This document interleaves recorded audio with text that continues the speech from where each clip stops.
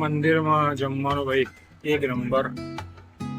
તમે સારંગપુર આવો તો અહીંયા જ જમજો, કારણ કે એનું જમવાનું ખરેખર બહુ સરસ છે, શુદ્ધ અને સાત્વિક.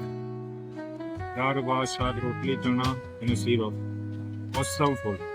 લાગે કે તમે ખરેખર ભગવાનનો પ્રસાદ થઈ રહ્યો છો. બહુ જ સારો એક્સપિરિયન્સ રહ્યો આજનો. લગભગ 6 મહિના પછી આટલી લાંબી રાઈડ પર હું નીકળ્યો હતો, બટ મજા આવી ગઈ. ગરમી છે પણ જોડે જોડે પવન બી છે, એટલે એટલું તમને હીટ જેવું નથી લાગતું. અને ઓવરઓલ બહુ સારું એક્સપિરિયન્સ રહ્યો મારો.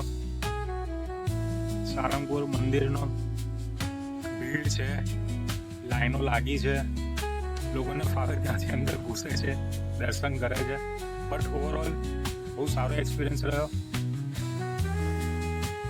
હનુમાનજીની મૂર્તિ, આખું એનું પરિસર, સામે જે લાલ ધજા દેખાય હનુમાનજીનું મંદિર, ગાર્ડન છે. થોડી વાર બેઠા છે, હવે 5-10 મિનિટની અંદર આપણે પાછા બેક ટુ પેવેલિયન વડોદરા જઈશું.